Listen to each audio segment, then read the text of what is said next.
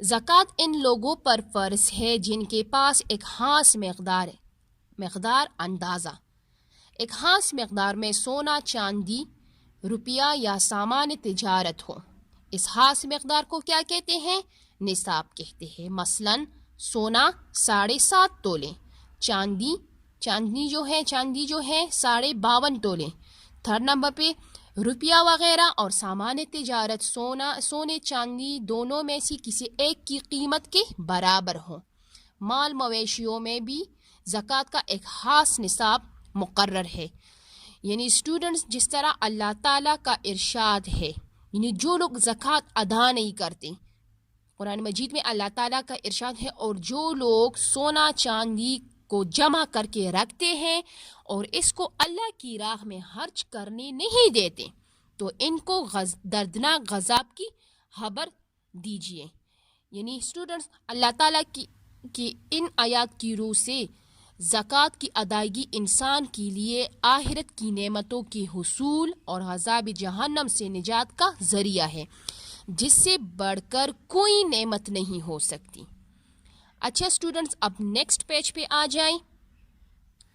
اچھا، شرائط زکوٰۃ۔ اب زکوٰۃ کی جو شرائط ہیں ہم اس کے بارے میں پڑھیں گے۔ فرسٹ نمبر پہ کیا ہے؟ صفحہ نمبر 22 پہ آ جائے اسٹوڈنٹ۔ پھر کیا کہتے ہیں؟ زکوٰۃ صرف آزاد مسلمان پر فرض ہوتی ہے، کافر اور غلام پر نہیں۔ یعنی زکوٰۃ صرف آزاد مسلمان پر فرض ہے، کافر اور غلام پر نہیں ہے۔ پھر کیا کہتے ہیں؟ زکوٰۃ صرف عاقل پر فرض ہوتی ہے، پاگل، دیوانے وغیرہ پر نہیں۔ زکوٰۃ جو ہے وہ صرف عاقل پر فرض ہوتی ہے، جو پاگل ہوتے ہیں، جو دیوانے ہیں، اس پر فرض نہیں ہے۔ اسٹوڈنٹس، اسی طرح زکوٰۃ صرف مسلمانوں ہی سے لی جاتی ہے۔ وہ عزیز و اقارب جن کی کفالت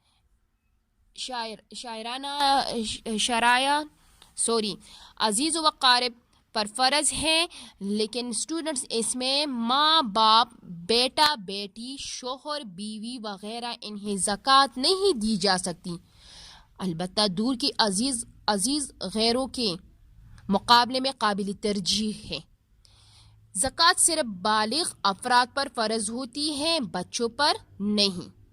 زکوٰۃ صرف صاحب نصاب پر فرض ہوتی ہے، غریب پر نہیں۔ یعنی جو لوگ مالدار ہوتے ہیں اس پر زکوٰۃ فرض ہے، غریب لوگ جو ہوتے ہیں وہ زکوٰۃ دینے کے حقدار ہوتے ہیں، لیکن زکوٰۃ ان لوگوں پر فرض نہیں ہوتی، غریب پر فرض نہیں ہوتی۔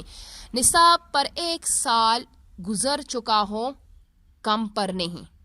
یعنی جس مالدار شخص کے پاس ایک خاص مقدار میں سونا، چاندی، روپیہ یا سامان تجارت ہو اور اس پر 1 سال گزر جائے تو اس پر پھر زکوٰۃ دینا پڑتا ہے، یعنی زکوٰۃ پھر اس پر فرض ہے۔ اچھا، مصارف زکوٰۃ، یعنی زکوٰۃ لینے کے جو مستحق لوگ ہوتے ہیں، اب ہم اس کے بارے میں پڑھیں گے۔ زکوٰۃ کے مصارف 8 ہے۔ زکوٰۃ ان تنگ دست لوگوں کو دی جاتی ہے جن کے پاس کچھ نہ ہو۔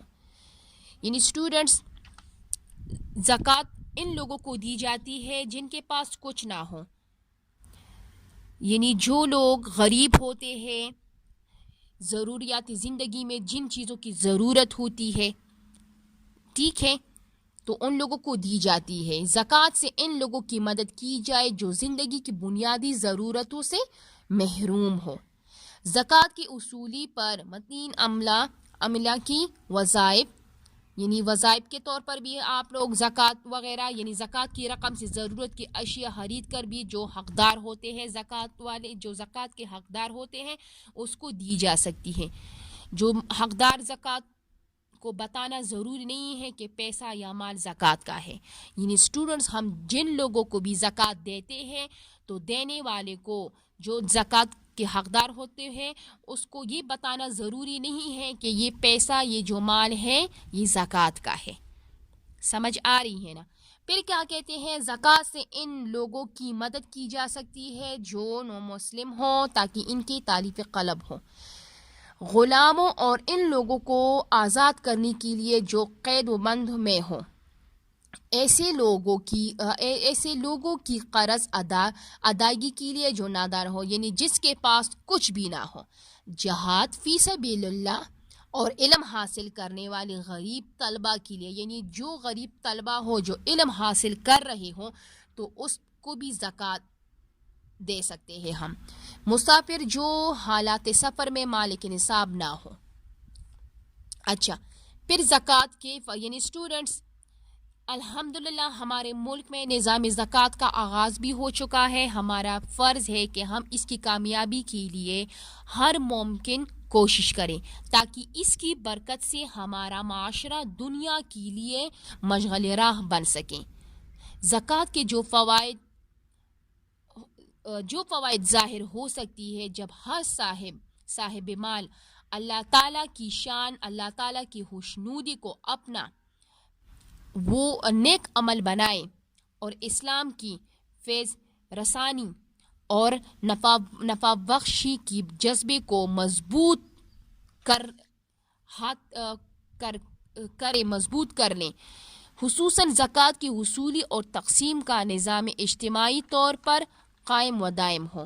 یعنی اسٹوڈنٹس، زکوٰۃ دینے کی بہت زیادہ فائدے ہیں۔ اب دیکھیں، زکوٰۃ ادا کرنے سے اللہ تعالیٰ اور اس کے بندے خوش ہو جاتے ہیں۔ زکوٰۃ مسلمان کا مال بھی صاف کرتی ہے اور اس کے دل کو مال کے لالچ سے بھی صاف کرتی ہے۔ زکوٰۃ کے ذریعے مسلمان معاشرے کے غریب اور نادار لوگوں کی ضروریات پوری ہوتی ہے۔ زکوٰۃ کی ادائیگی سے مال معاشرے کے تمام افراد میں تقسیم ہو جاتا ہے اور سب کی ضرورتیں پوری ہو جاتی ہے۔ زکوٰۃ کی ادائیگی سے مسلمانوں کی آپس میں محبت بڑھتی ہے اور تعلقات بھی مضبوط ہوتے ہیں۔ یعنی اسٹوڈنٹس، زکوٰۃ کی ادائیگی کے بہت زیادہ معاشی فوائد ہے۔ یعنی سودی نظام معیشت میں محنت کے مقابلے میں چونکہ سرمایہ کی افادیت کہیں زیادہ ہے، اس لیے محنت کش اور کارکن طبقہ مسلسل غریب سے غریب ہوتا چلا جاتا ہے اور سرمایہ دار طبقہ مختلف طریقوں سے اس طبقے کی دولت کو زیادہ سے زیادہ بڑھا دیتا ہے۔ اسی طرح اسٹوڈنٹس، جو سرمایہ دار طبقہ ہے، اسی طرح جو معاشی نظام مفلوج ہو کر رہ جاتا ہے، تو اسٹوڈنٹ زکوٰۃ اس صورتحال کا بہترین حل ہے۔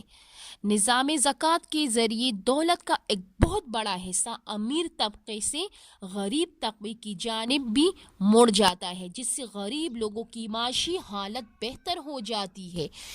اس حقیقت کو قرآن کریم نے ان الفاظ میں بیان کرتا ہے، جس طرح قرآن مجید میں اللہ تعالیٰ کا ارشاد ہے، اللہ تعالیٰ سود کو مٹاتا ہے اور خیرات کو بڑھاتا ہے۔